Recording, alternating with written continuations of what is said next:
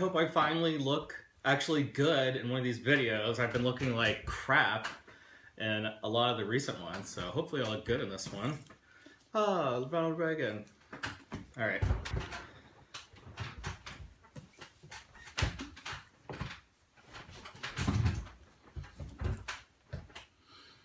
Hello. This is the third book that I'm reviewing.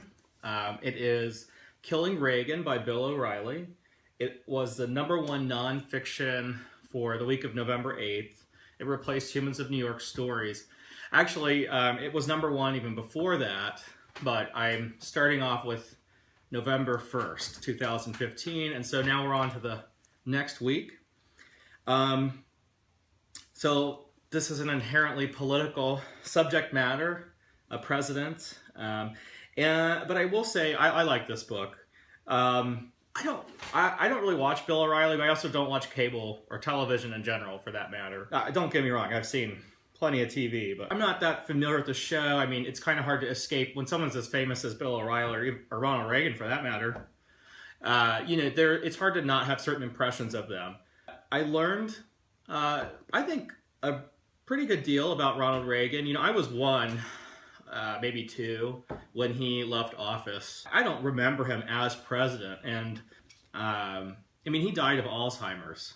And this Killing President series is actually about, from what I understand, this is the only one I've ever read, it's about presidents, or just even political figures who survived assassination attempts, or did not. Actually, this might be the only one who survived. I haven't read, this is the only Killing, it's whatever, fill in the blanks, book I've read, so, but I think he has Killing Lincoln and stuff like that.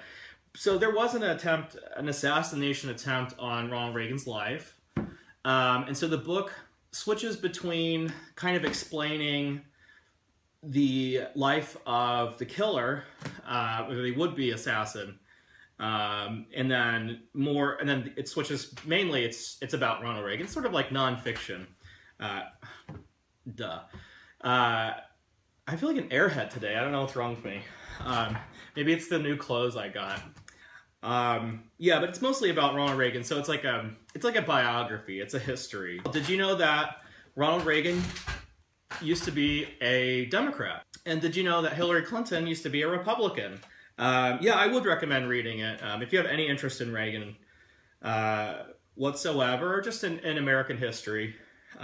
Whether you like Reagan or not, Bill O'Reilly doesn't just deify Reagan. He really points out flaws, and even surprising, strange flaws that I would imagine Bill O'Reilly would do nothing but exonerate and defend Reagan. And it's clear that he likes Reagan, but he's not afraid to, point out some interesting flaws that Reagan had.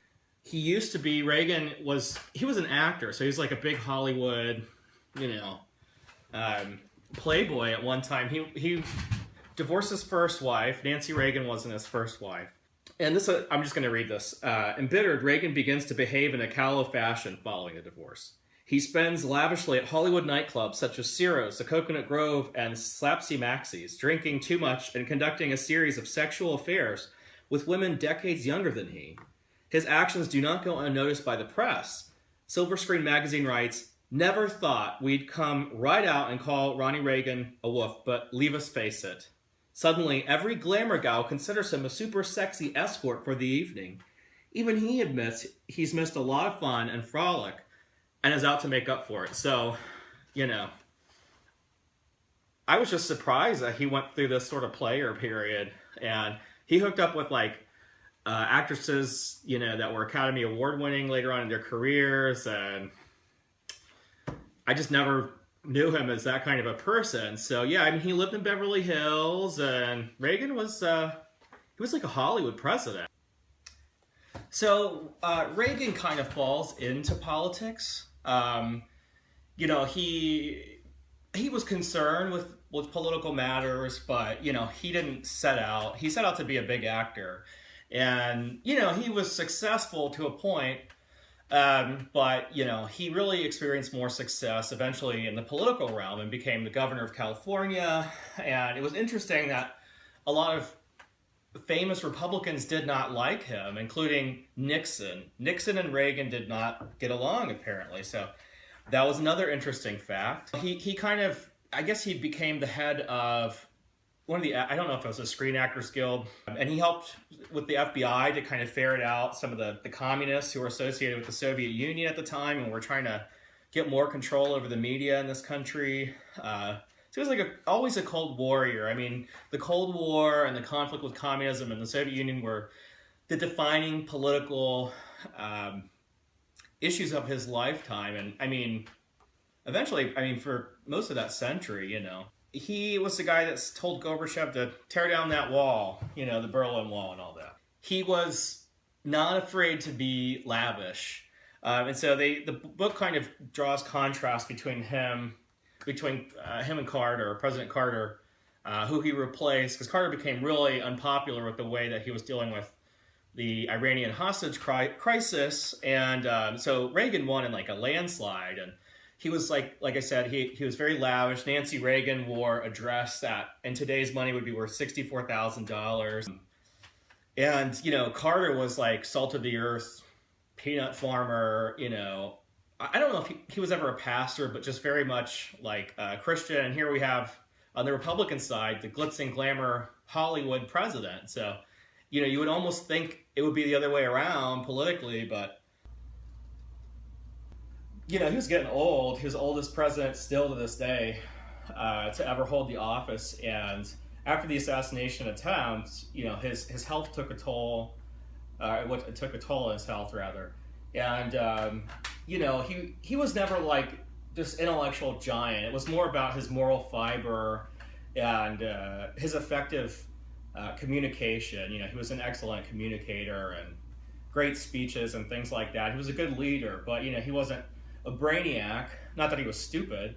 He was a smart man. Bill O'Reilly is not afraid to say that, or hint around, Nancy Reagan might have had a lot of authority toward the end of Reagan's administration. She took control of his schedule. And interestingly about Reagan, Nancy and Ronald Reagan, they really, while they were Christian, they really, really believed in astrology. And so they had this lady that read the star charts, and she would like almost say like, the president can't do this today, the president can't do that today. And, so when Nancy was in control of his schedule, in a way, this astrologer was in control of Nancy Reagan. And so some of her decisions like really affected the country. And, that's very strange to me. One thing I would like to address is a lot of gay people really don't like Reagan. Especially people I find who are my age and younger who would have to learn about him through a history book, really. And Reagan actually had people that were close to him that were gay, and he was in Hollywood, and he and Nancy Reagan didn't personally have much objection to it. So he wasn't out there trying to hope that every gay person got AIDS and died. Did he refuse to do some funding or whatever? He's president. I know Congress makes the rules. I know that his personal policies on healthcare maybe didn't help out with the gay AIDS crisis as much as some people would like. But it's just, he wasn't like an outright homophobic person. He's a Hollywood actor. And he had gay people on his staff. At one point, unfortunately, the rest of the Republican Party, the rest of the country just in general, wasn't as accepting. And so when word got out that and Bill O'Reilly talks about this in his book, one of his staffers was gay. And I think this was when he was going for governor of California even at the time. He was asked to resign because it was a liability for Reagan's campaign. I would like for Reagan to have said, I'm going to stand up for gay rights, but, that's just not how it happened. And I just think, in the historical context, I don't know, that's one thing I do like about this book is that it taught me more about the historical context. Yes, it's a book by Bill O'Reilly. Um, there's got to be some slants in this, and I'm not a Ronald Reagan historian, but I really did enjoy the book, and I'm not a Republican. I'm an independent.